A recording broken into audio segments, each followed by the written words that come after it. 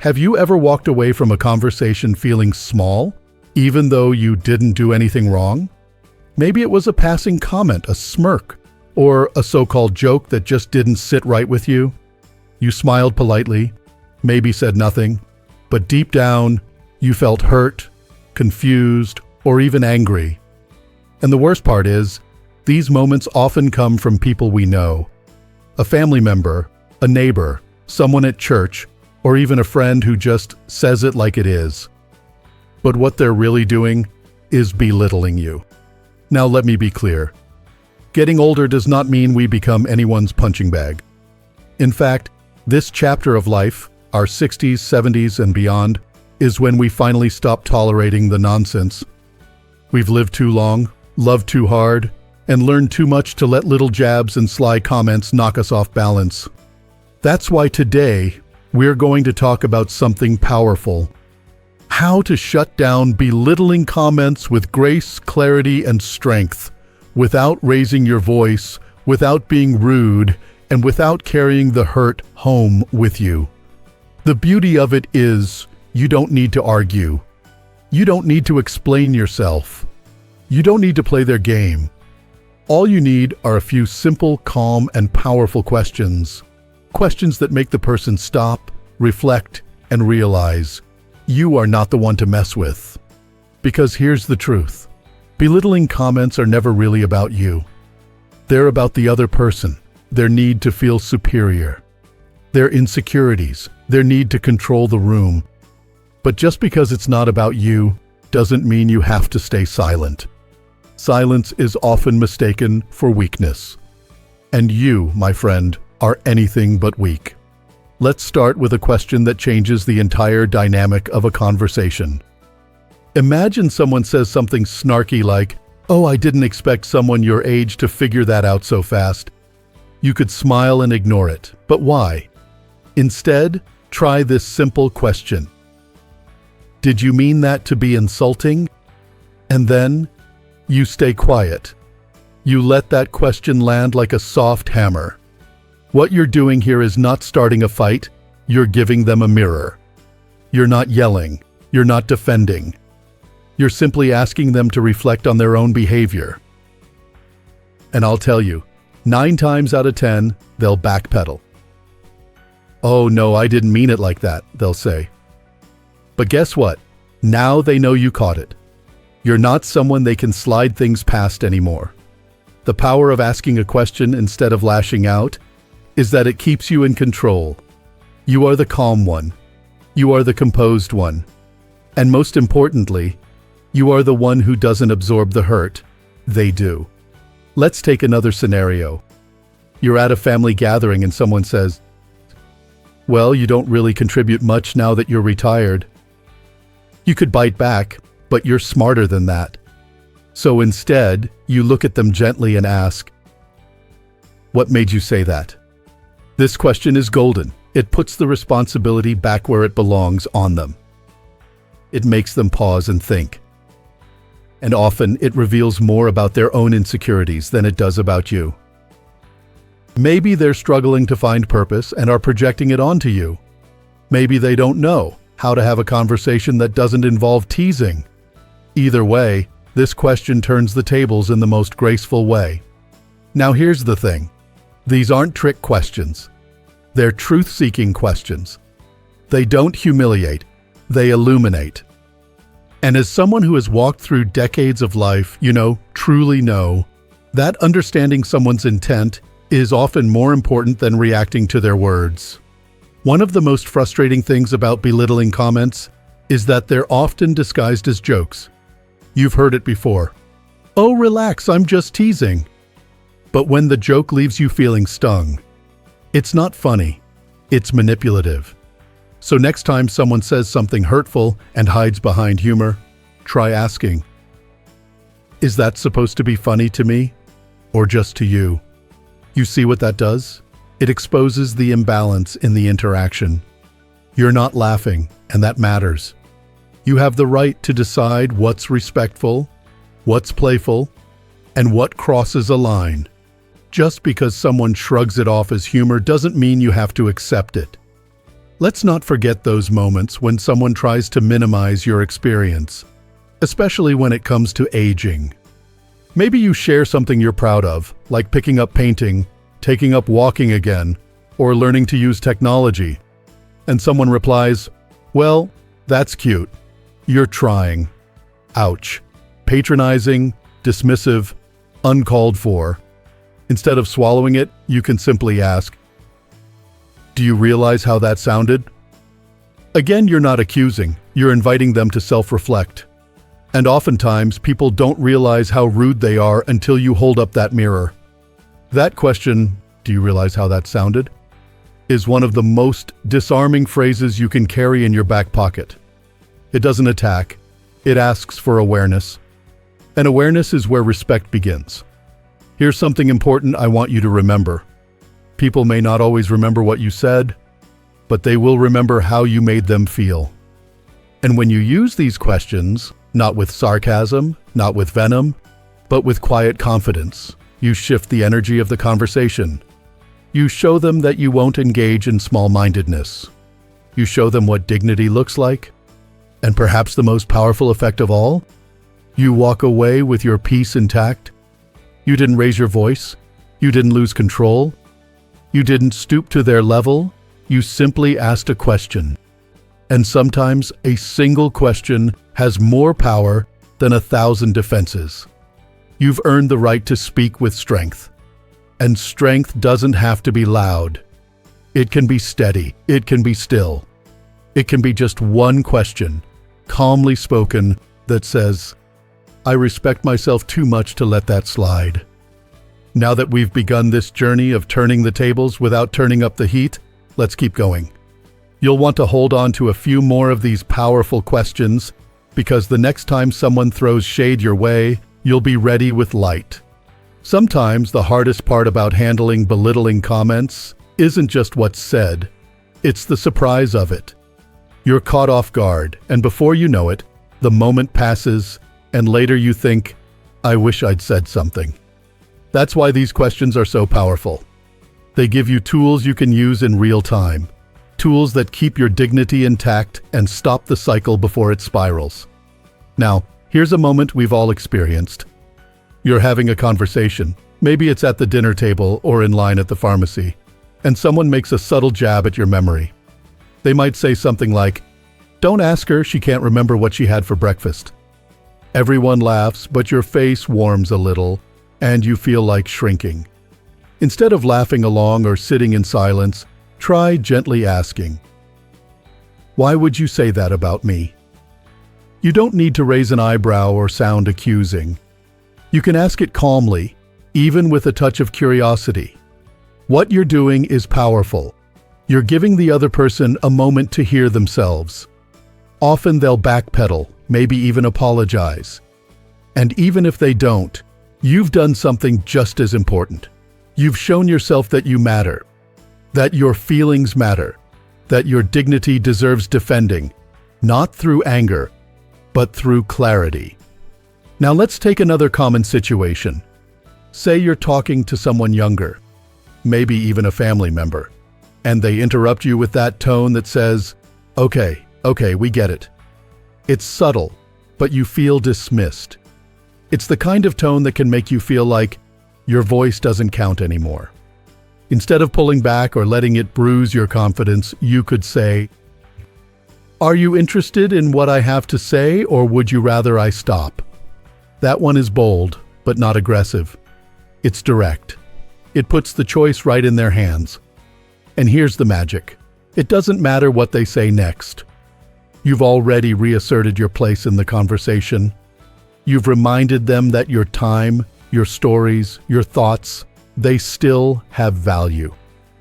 And if someone can't recognize that, then maybe they're the one who needs to grow up, not you. These moments are not about winning. They're about not shrinking. They're about staying fully present in who you are, with all the experience, wisdom, and heart you've gathered over the years. And when someone tries to chip away at that with a careless remark, you don't need to chip back. You just need to stand in your space, calmly and confidently, and ask a question that turns the mirror back on them. Sometimes, though, the comment is cloaked in concern. You know what I mean? Those backhanded remarks that pretend to be helpful. Maybe someone says, "Are you sure you should be doing that at your age?" Whether it's traveling, starting a project, or trying something new, that kind of question can feel like a slap dressed up as a pat on the back. So, how do you respond? Try this. What do you think I'm not capable of? Now that one may sound strong, and it is, but not in a harsh way. You're not being defensive. You're inviting clarity. If someone has doubts about you, let them name it. Don't let them keep it vague and passive-aggressive. When you ask that question, it often forces the other person to see that their concern is actually condescending. And even if they never admit it, you've drawn a line in the sand. You've made it clear that your age is not your limitation. It's your launch pad. And let's be honest, by the time we reach our 60s and beyond, we've survived so much. Losses, changes, decades of ups and downs. If anything, we're more capable than ever, because we know how to keep going when things get hard. So when someone tries to reduce you to a number, that question gives you a moment to rise, without ever raising your voice. Now, here's another situation that might feel familiar. You're sharing something that excites you, a goal, a new hobby, something you're proud of, and someone replies with a dismissive comment like, "Well, at least you're keeping busy." It sounds polite, but it feels like a brush-off, like they're not really taking you seriously. In that moment, you might simply ask, "Do you mean that as a compliment?" It's a gentle nudge, but it gets the job done. It forces the other person to rethink what they just said. Were they being encouraging, or were they being patronizing? That simple question gives them the opportunity to reflect, and gives you the chance to steer the moment back toward respect. You see, every time you ask one of these questions, you're doing more than just defending yourself. You're building something. You're building boundaries that say, "I deserve respect." You're building awareness in the people around you. And maybe, just maybe, you're modeling something they've never seen before. A calm, strong way to face passive aggression head-on without letting it seep into your soul. Let me tell you something that's not said often enough. Setting boundaries doesn't make you difficult. Speaking up doesn't make you mean. And asking for clarity doesn't make you confrontational. It makes you clear. And clarity is kindness, to yourself and even to others, who may not realize how their words are landing. You've spent your life giving, your time, your love, your energy. You've earned the right to stand tall, speak up, and say, "That doesn't sit right with me." And the beauty of these questions is that they let you do that in a way that's not loud, not harsh, but unmistakably firm. The kind of strength that doesn't rattle, it roots. And here's something I truly believe. Every time you speak up for yourself with grace, you speak up for every other person who's been silenced, ignored, or made to feel small. Whether you realize it or not, you're setting an example. And that kind of quiet leadership, especially in later life, is one of the most powerful gifts you can offer. There's still more to explore. Let's keep the conversation going, because when you know your worth, every word you speak carries weight. And when someone tries to belittle you, you now have what you need to stand tall without ever having to push back. By now, you're starting to feel it. That quiet confidence that comes when you know what to say, when to say it, and how to say it without losing your center. And isn't that what so many of us want in this season of life? Not to fight every battle, but to know we could if we had to, and to choose peace without choosing silence. We've already talked about how to ask questions that stop the cycle of condescension and disrespect. But there's still more we can add to your toolkit. Because the truth is, you won't always get belittled by strangers. Sometimes the hardest comments come from people you love, your adult children, in-laws, or even old friends who don't realize their words sting. And that's where the next question becomes one of the most important ones you can use. Let's say your daughter says something like, "You always make everything about you," just because you shared a thought during a family gathering. Or your son-in-law makes a face when you offer parenting advice and says, "That's not really how we do things anymore." It hits differently when it comes from people close to you. It hits deeper. In those moments, instead of retreating or trying to justify yourself, take a breath and gently ask, "Do you think that was a fair thing to say to me?" That question doesn't accuse. It invites reflection. It gently pulls the other person out of their automatic reaction and into awareness. You're not yelling. You're not shutting them down. You're giving them the chance to realize that words matter, and so do you. And here's what's beautiful about that moment. Even if they don't apologize right away, you've already shifted the energy. You've shown that you're not going to be the family member who just takes it. You're not playing the role of the doormat. You're a person with feelings, with boundaries, and with a voice that deserves to be heard. Now, sometimes the person making the belittling comment really is doing it on purpose. Maybe it's a sibling who's always competed with you, or a neighbor who just loves to one-up everyone. You know the type. When someone says something like, "Well, you never did much with your career, did you?" What they're really doing is trying to bring you down so they can feel up. And that's where this final question comes in, and it's a powerful one. Was your intention to be helpful or to hurt me? That question takes courage, but it also brings clarity. You're not being rude. You're not being dramatic. You're just drawing a line.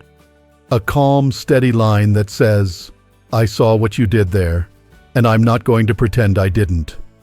This kind of question calls out the motive without calling out the person. And in doing so, you make it very clear that you are not a safe target for toxic behavior. Now, sometimes people ask, but what if they say yes? What if they admit they were trying to hurt me? And the answer is simple. You say, "Good to know," and you walk away. Because that's not someone who deserves more of your time, your energy, or your peace. And if they say no and try to walk it back, let them. But know that you've sent a message, your boundaries are real, and you're done pretending otherwise. Here's what I want you to remember most of all. These questions aren't about catching people or confronting them. They're about protecting your peace. They're about helping you stay centered and grounded in your truth, even when the world, or the people in it, try to knock you off balance. They say that with age comes wisdom, and that's true. But age also brings freedom. The freedom to stop tolerating what doesn't serve you, to speak up without fear, and to value your voice more than anyone else's approval. And that kind of freedom? It's hard-earned. You didn't get here by chance. You got here by living, by learning, and by deciding that your time, your presence, your worth, it's not up for debate. So the next time someone tries to make you feel small, remember, you don't have to match their energy. You don't have to prove anything. You don't have to win. All you have to do is ask the right question and let it do the work for you. One sentence, calmly spoken, can shift the whole atmosphere.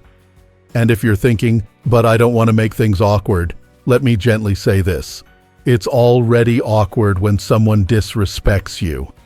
The moment is already uncomfortable. You're not creating tension, you're clearing it. You're choosing honesty over pretending. And that's something to be proud of. So let's take a moment together. Imagine yourself in that situation. The comment has been made, it stings a little, and your body wants to retreat. But instead, you take a breath. You lift your head, and you ask, "Was your intention to hurt me?" The silence that follows might feel heavy, but it's not yours to carry.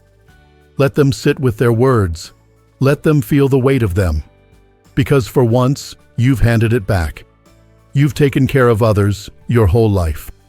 You've made sacrifices, stayed silent, kept the peace.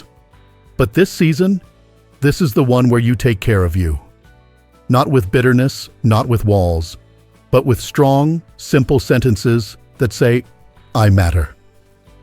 My feelings matter. And I choose to speak, not shrink." Now, before we end, I want to thank you for spending this time together, for choosing to learn, and for trusting that your voice still holds power.